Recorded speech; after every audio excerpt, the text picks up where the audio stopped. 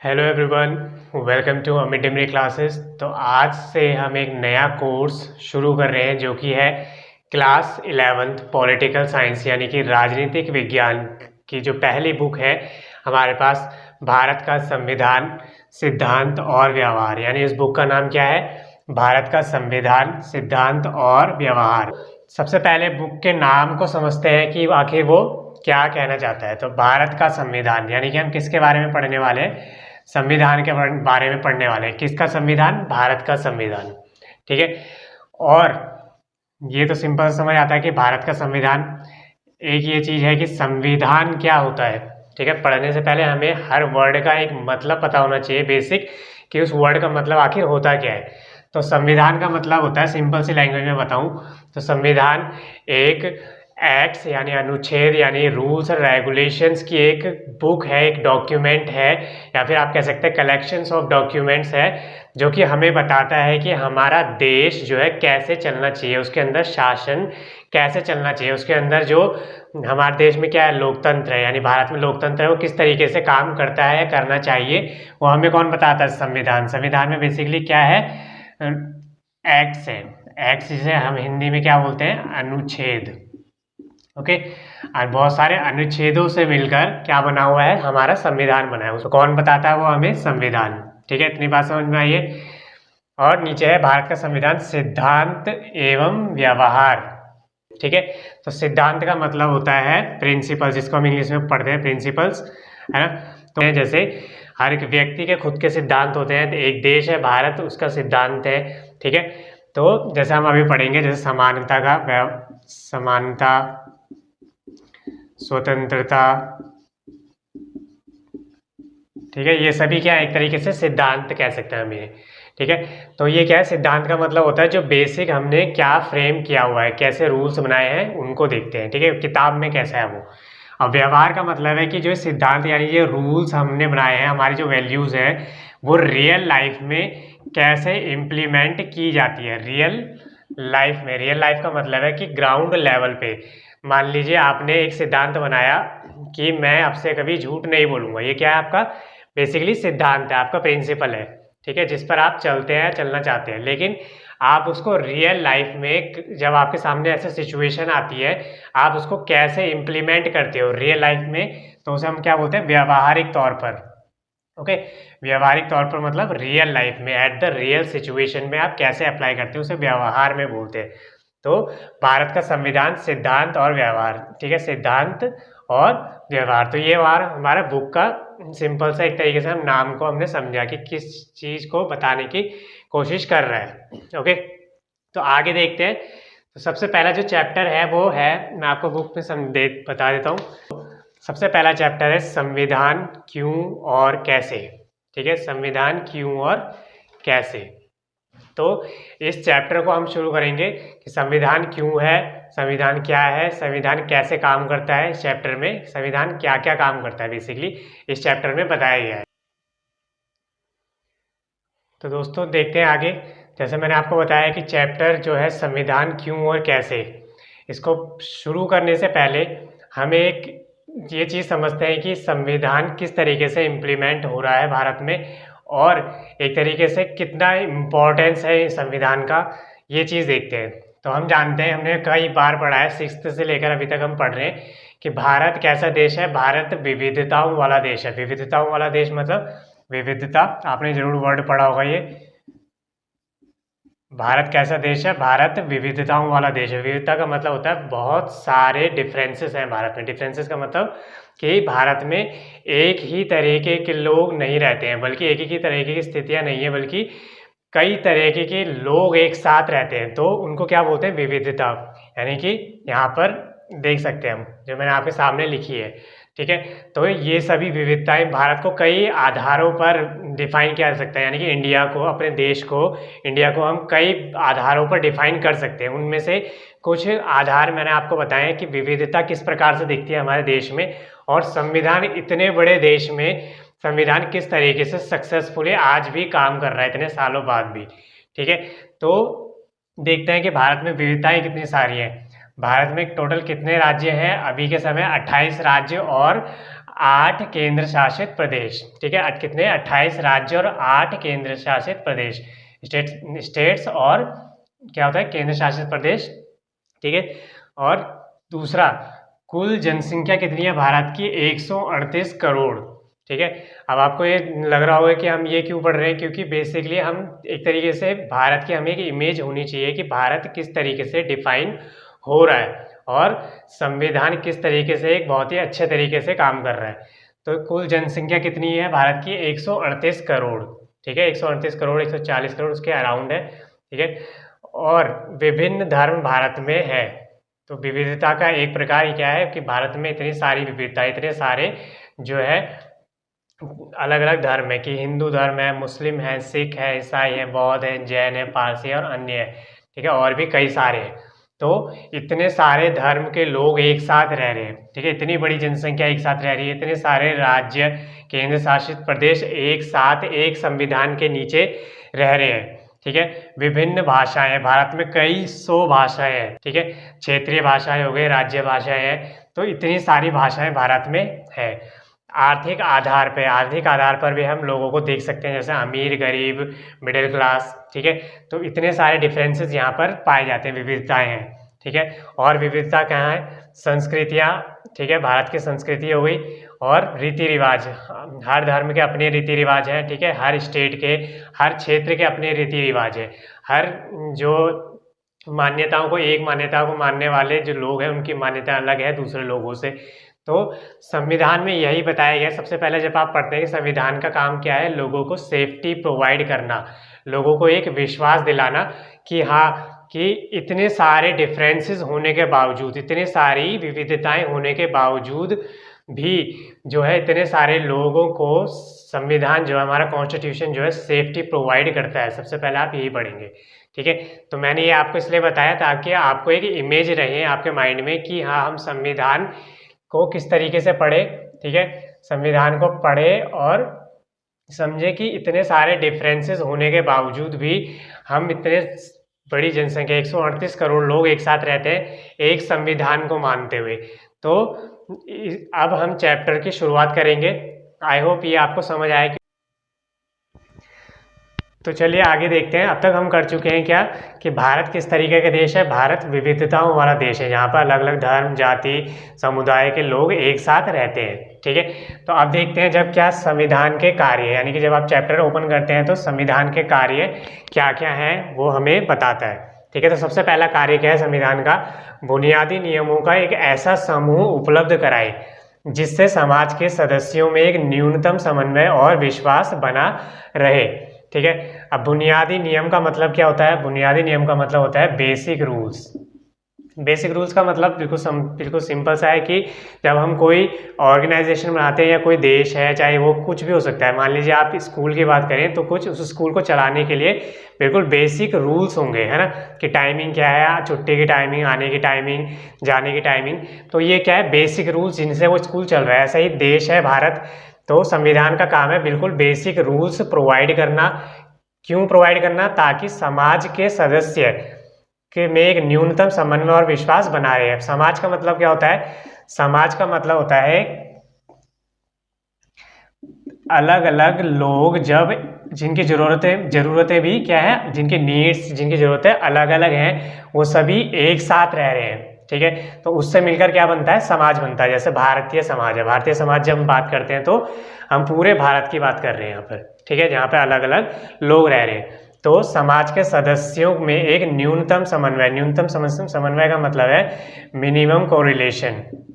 Minimum correlation मतलब कि इतने सारे धर्मों के लोग, जातियों के लिए विविधताएं हैं, ठीक है, सब क्या है, एक साथ रह रहे हैं, एक समाज में रह रहे हैं। तो उनके बीच एक बेसिक अंडरस्टैंडिंग होनी चाहिए कि हाँ, जो इस धर्म या इस जाति का व्यक्ति है वो मेरे ऊपर अत्याचार नहीं करेगा या फिर मेरे अधिकारों का हनन या छीनेगा नहीं, मेरे को कोई हानि नहीं करेगा।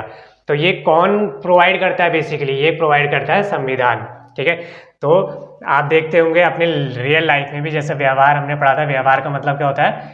रियल लाइफ में, यानी कि व्यवहारिक तौर पर आप देखते होंगे कि हम जो है एक तरीके से सेफ फील करते हैं अपनी कंट्री में। ठीक है, सेफ फील करते हैं इतने सारे विविधताएं, डिफरेंसेस होने के बावजूद। क्यों करते हैं? क्योंकि संविधान हमें वो सब चीज़ें प्रोवाइड कर रहा है। ठीक है, तो पहला काम क्या है? सिंपल सा संविधान का बुनियादी नियमों का बेसिक रूल्स प्रोवाइड करना, ताकि अलग अलग धर्मों के लोग, जातियों के लोग, समुदाय के लोग, भाषाओं के लोग और वो सभी विविधता जो हमने पढ़ी है अभी, ठीक है, अलग अलग राज्यों के लोग एक दूसरे के अधिकारों का हनन ना करे। ठीक है, एक दूसरे अधिकार हम आगे पढ़ेंगे कि अधिकार क्या है। बेसिकली एक दूसरे के विश्वास का मतलब है यहाँ पर कि आपकी क्या बिलीव्स हैं, आप कौन से ईश्वर में या किस में बिलीव करते हैं, आपके बिलीव को ठेस ना पहुंचाए। ठीक है, ये सभी श्योरिटी कौन देता है? संविधान देता है हमें। ठीक है, तो पहला रूल हमारा ये कहता है कि संविधान हमें बेसिक रूल्स प्रोवाइड करता है। दूसरा देखते हैं, दूसरा क्या है? यह स्पष्ट, संविधान का दूसरा काम है यह स्पष्ट करना कि समाज में निर्णय लेने की शक्ति किसके पास होगी। ठीक है, निर्णय लेने की शक्ति किसके पास होगी और सरकार कैसे निर्मित होगी। ठीक है, तो दूसरा काम क्या है? समाज हम समझ चुके हैं कि समाज का मतलब क्या होता है। ठीक है, निर्णय लेने का मतलब है कि जब इतने सारे लोग रह रहे हैं तो हर किसी की आकांक्षाएं, हर किसी की एक्सपेक्टेशंस होती है कि मैं रूल करूं, मैं यहाँ का राजा बनूं या फिर मैं यहाँ का मंत्री बनूं, प्रधानमंत्री बनूं। तो ये कौन डिसाइड करेगा? कौन डिसाइड करेगा कि भारत का प्रधानमंत्री, मंत्री या फिर कौन सी पार्टी शासन करेगी? ये कौन डिसाइड करता है? ये भी कौन डिसाइड करता है? संविधान डिसाइड करता है कि भारत देश में कैसे चुनाव होंगे। ठीक है, कई सारी चीज़ें, कैसे चुनाव होंगे, कौन सी पार्टी शासन करेगी, किस तरीके से करेगी। ठीक है, उनको कैसे चुना जाएगा। अब जो प्रतिनिधि है, प्रतिनिधि का मतलब है मंत्री, प्रधानमंत्री, ये सभी क्या होते हैं? हमारे प्रतिनिधि। ठीक है, तो यह स्पष्ट करना है कि समाज में निर्णय लेने की शक्ति किसके पास होगी। निर्णय लेने की शक्ति किसके पास होगी, ये कौन डिसाइड करता है? संविधान। यानी कि संविधान सबसे ऊंची अथॉरिटी है, सबसे ऊंची अथॉरिटी है जो कि प्रोवाइड करता है, कि बताता है कि कौन निर्णय लेगा। संविधान किसको पावर देता है? संसद को। ठीक है, और संसद आगे पढ़ेंगे हम अभी, आपने जरूर संसद के बारे में पढ़ा होगा। संसद का काम क्या होता है? नियम व कानून बनाना। ठीक है, नियम कानून बनाना। ठीक है, तो संसद का काम होता है नियम कानून बनाना, और बनाता कौन है? जो हमने प्रतिनिधि चुने हैं वो संसद में बैठते हैं। ठीक है, और वो नियम कानून बनाते हैं। और संसद को शक्ति कौन देता है? संविधान देता है। ठीक है, तो ये बिल्कुल बेसिक सा है कि संविधान का दूसरा काम क्या है? समाज में निर्णय लेने की शक्ति किसके पास होगी। ठीक है, थोड़ा और देखते हैं इसके बारे में। हम बात कर चुके हैं संविधान में, सॉरी, समाज में या फिर भारत में आर्थिक स्तर पर कई विषमताएं है या असमानताएं है, या फिर पावर के बेसिस पर कह लो। ठीक है, अब ऐसा भी तो हो सकता है कि जो अमीर, जिनके पास ज़्यादा पैसा है आर्थिक रूप से, आर्थिक का मतलब होता है जो पैसे के रूप में। ठीक है, जिनके पास ज़्यादा पैसा है वो अपनी पावर से अपनी गवर्नमेंट बना ले और अपना राज चलाए देश पे, है ना। ऐसा भी तो हो सकता है कहीं ना कहीं। लेकिन जो संविधान है वो एक तरीके से इतनी सिक्योरिटी प्रोवाइड करता है कि जो लोग हैं वो वोट देकर अपना प्रतिनिधि चुनते हैं। ठीक है, उस व्यक्ति को चुनते हैं जिसको वो चुनना चाहते हैं। तो संविधान हमें शक्ति प्रोवाइड करता है, हमें पावर प्रोवाइड करता है कि कोई किसी भी तरीके से कोई गलत व्यक्ति जो है सत्ता पर ना बैठे, यानी कुर्सी पर ना बैठे। तो संविधान का ये काम है, सरकार कैसे बने। ठीक है, शक्ति किसके पास होगी, और शक्ति किसके पास होगी का मतलब है कि प्रोसीजर क्या है यहाँ पर, पूरे प्रोसीजर जो फॉलो करेगा, पूरे जो प्रोसीजर फॉलो करेगा शक्ति उसको मिलेगी। ठीक है, और सरकार कैसे बनती है, सरकार के बारे में हम आगे पढ़ेंगे। सरकार का सिंपल सा मतलब है कि यहाँ पर सरकार का जब भी हम नाम सुनते हैं तो हमारे माइंड में प्रधानमंत्री या फिर मंत्री ये सब आते हैं, लेकिन सरकार को मैं आपको बता दूं, सरकार का बेसिक मतलब 3 तरीके से होता है। संसद, ठीक है, जिसको हम विधायिका भी बोलते हैं, विधायिका। ठीक है, दूसरा कार्यपालिका, आपने ये जरूर पढ़ा होगा पहले।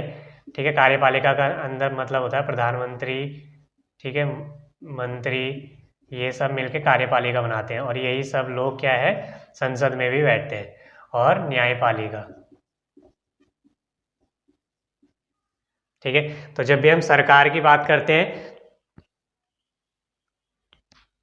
तो जब भी हम सरकार की बात करते हैं तो सिर्फ उसका मतलब प्रधानमंत्री या मंत्री नहीं होता, बल्कि सरकार का मतलब विधायिका यानी संसद भी होता है, कार्यपालिका भी होता है और न्यायपालिका भी होता है। तो ये कैसे डिसाइड होता है कि सरकार किसकी बनेगी, कौन सी पार्टी की बनेगी, बीजेपी की बनेगी, कांग्रेस की बनेगी या फिर आम आदमी पार्टी की बनेगी। इतनी सारी पार्टीज हैं हमारे देश में। तो ये डिसाइड कौन करता है? संविधान डिसाइड करता है। कैसे डिसाइड करता है? उसमें प्रोसीजर लिखा हुआ है कि जो जो ये प्रोसीजर फॉलो करेगा फिर जनता उसको वोट देगी और जिसके पास ज़्यादा वोट होंगे वही सरकार बनाएगा।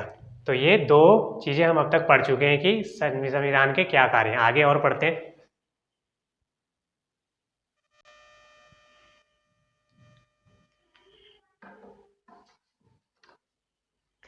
तो आगे देखते हैं तीसरा क्या है। संविधान का तीसरा कार्य, संविधान द्वारा अपने नागरिकों पर लागू किए जाने वाले कानूनों पर कुछ सीमाएं लगाए।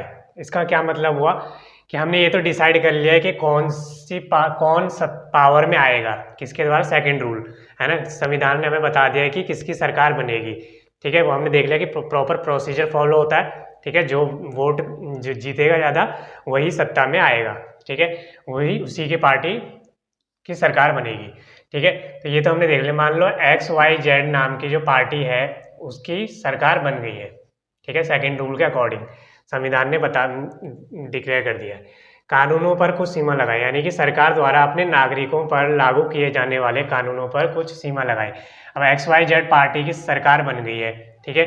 अब संविधान में भी वहां पर सरकार के लोग बैठते हैं, सरकार ने मिलकर, ठीक है, क्या लागू कर दिया? कुछ कानून बना दिए, ठीक है, कुछ कानून बना दे, कुछ ऐसे कानून बनाए जो कि सही है। सही है का मतलब है जो कि नागरिकों को परेशान नहीं कर रहे बल्कि उनके विकास के लिए कार्य कर रहे हैं। लेकिन कुछ ऐसे कानून बना दिए कि जो एक नागरिक होने के नाते उसके लिए फेवरेबल नहीं है। जैसे मान लीजिए कि सरकार ने कानून बना दिया कि आप इस तरीके के कलर के कपड़े नहीं पहन सकते, ठीक है, यानी कि आपकी जो चॉइस है वो ख़त्म कर दी।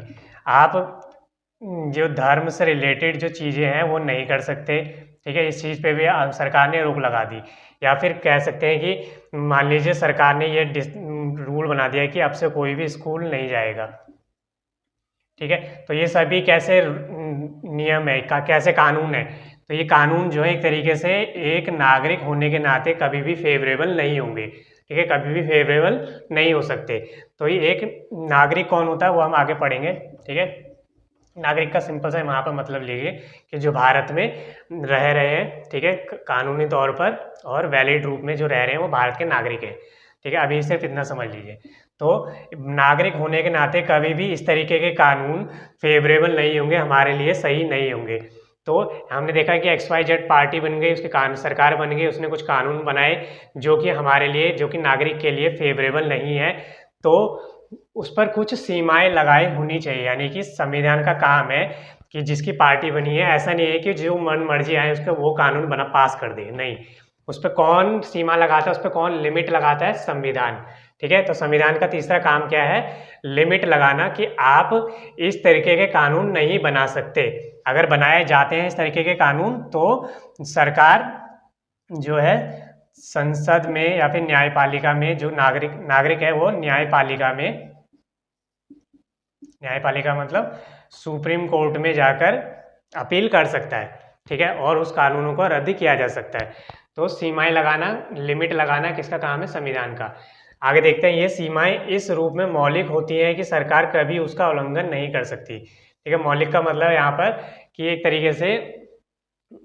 तरीके से मानना, ठीक है, नेचुरल तौर पर मानना कि सरकार ने कुछ कानून, जब हमने देखा कि सरकार ने कानून बनाए, ठीक है, फेवरेबल नहीं है जो कानून, और जनता या नागरिक जो है न्यायपालिका में जाती है और न्यायपालिका ने उस कानून को निरस्त कर दिया। निरस्त का मतलब उस कानून को हटा दिया।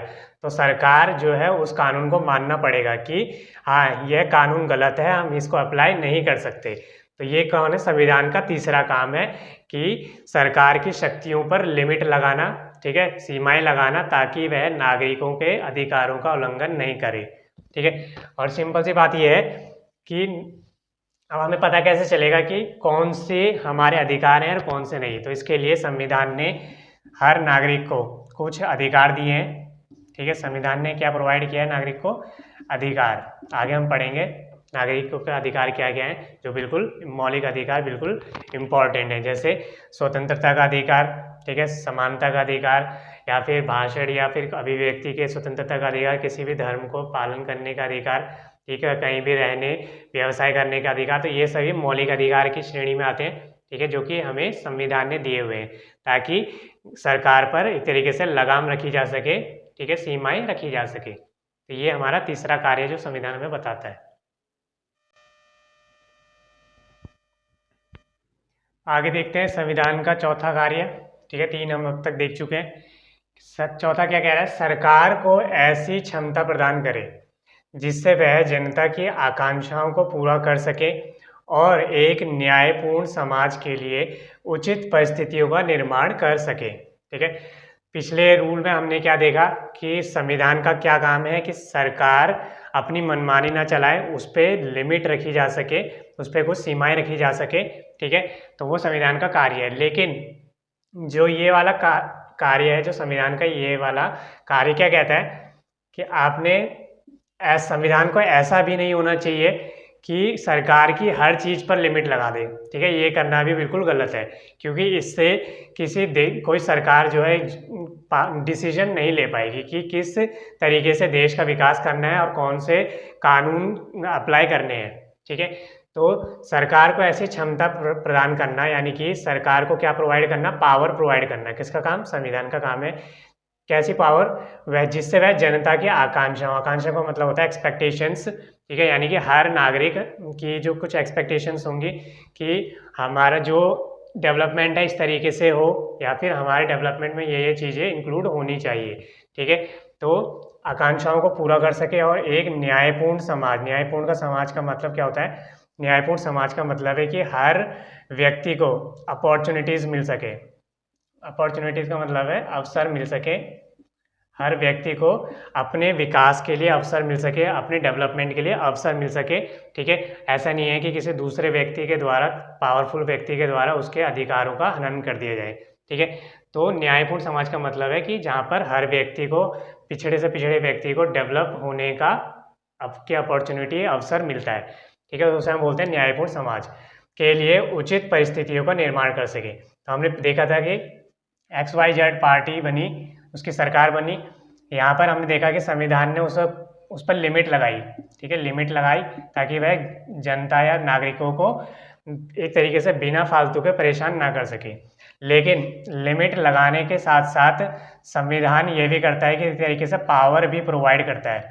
पावर क्यों प्रोवाइड करता है, अब मान लीजिए किसी देश में जो पावरफुल लोग हैं वो चाहते हैं कि सिर्फ हमारा ही डेवलपमेंट हो, ठीक है, हमारा ही डेवलपमेंट हो, और जो पिछड़े हुए लोग हैं, जो अंडर डेवलप्ड लोग हैं, जिनके पास उतनी पावर नहीं है, वो डेवलप ना ही हो। कौन चाह रहा है ऐसा, पावरफुल लोग ऐसा चाहते हैं। तो संविधान का क्या काम है, संविधान सरकार को इतनी पावर देती है कि वह उन सभी लोगों, जो पिछड़े हुए लोग हैं, जो बैकवर्ड पीपल हैं, पिछड़े हुए लोग हैं, पिछड़े हुए लोगों का मतलब है जिनको अभी तक डेवलपमेंट की अपॉर्चुनिटी नहीं मिल पाई है, ठीक है, जो अभी तक डेवलप नहीं हो पाए हैं।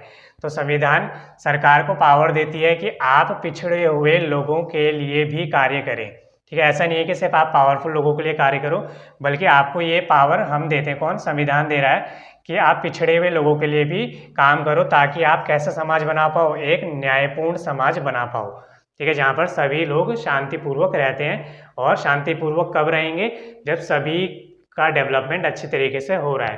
तो संविधान का क्या काम है, सरकार को प्रोवाइड करना, पावर प्रोवाइड करना, ताकि वह नागरिकों को, उन सभी नागरिकों को, पावरफुल तो ठीक है, उनका भी डेवलपमेंट होता है, और साथ में जो पिछड़े हुए लोग हैं उनको भी अवसर मिल पाए अपने डेवलपमेंट के लिए, ठीक है। तो ऐसे सर्कमस्टांसेस, ऐसी सिचुएशंस प्रोवाइड करें, ठीक है। तो ये हमारा चौथा कार्य है। कुछ एग्जाम्पल देखते हैं कि जो हमने अब पिछली बार में, मतलब कि अब तक ऐसे हुए हैं कि संविधान ने कुछ ऐसे कानून बनाए हैं जिससे ये साबित होता है कि हाँ, ऐसा सच में रियल लाइफ में, यानी व्यवहारिक तौर पर भी होता है। तो अभी से, यानी कि जब आज़ादी के कुछ समय बाद हम देखते हैं एक कानून आया था कि भूमि अधिग्रहण कानून, ठीक है, आप इसके बारे में पढ़ेंगे तब आपको समझ आएगा क्या था ये भूमि। नाम समझ आ रहा है कि भूमि अधिग्रहण कानून का मतलब है जब हमारा देश आज़ाद हुआ था तो ज़्यादातर जो ज़मीन थी वो किन के पास थी, अमीर लोगों के पास, जमींदारों के पास थी। ठीक है, उन्होंने हड़पी हुई थी एक तरीके से। ठीक है, लेकिन जब देश आज़ाद हुआ तो देश की आज़ादी में जो मजदूर लोग थे, जो किसान लोग थे, इन सभी का भी उतना ही योगदान था। ठीक है, तो किसान को सबसे ज़्यादा ज़रूरत किस चीज़ की होती है, ज़मीन की। लेकिन जब जो ज़मीन थी वो किसके पास थी, बेसिकली वो जमींदारों के पास थी। ठीक है, जमींदारों के पास थी, क्योंकि हमारे संविधान में एक मौलिक अधिकार ये भी था कि भूमि हम रख सकते हैं। ठीक है, भूमि का अधिकार भी था जिसको हटाया गया। भूमि का जो अधिकार था, मौलिक अधिकार, उसको खत्म कर दिया गया और जमींदारों से जितनी एक्सेस ज़मीन थी, एक्सेस का मतलब जितनी ज़्यादा ज़मीन उन्होंने हड़पी हुई थी उनसे लेकर के किसानों में बांट दी गई। ठीक है, ताकि किसान खेती कर पाए। ठीक है, तो ये क्या है, भूमि अधिग्रहण कानून जब बनाया गया तो ज़मीन किससे ली गई, उन सभी से ली गई जो जमींदारों जिन्होंने ज़मीन हड़पी हुई थी। ठीक है, तो जमींदार से ज़मीन लेकर मजदूरों और किसानों में बांट दी गई ताकि वह फसल उगा सके और अपने जीवन यापन कर सके। ठीक है, तो ये भूमि अधिग्रहण कानून बहुत ही अच्छा एग्जाम्पल है कि सरकार के पास कितनी पावर है। ठीक है, ऐसा नहीं है कि सरकार सिर्फ अन्याय ही करे, सरकार न्याय भी करती है। न्याय का मतलब है कि वो पूरी अपॉर्चुनिटीज़ प्रोवाइड करती है ताकि हर व्यक्ति को डेवलप होने का अवसर मिल सके। तो चौथा रूल हमारा यही कहता है। और भी कई सारे एग्जाम्पल हैं। ठीक है, तो अभी हमने सिर्फ एक देखा, आगे और भी देखेंगे साथ में।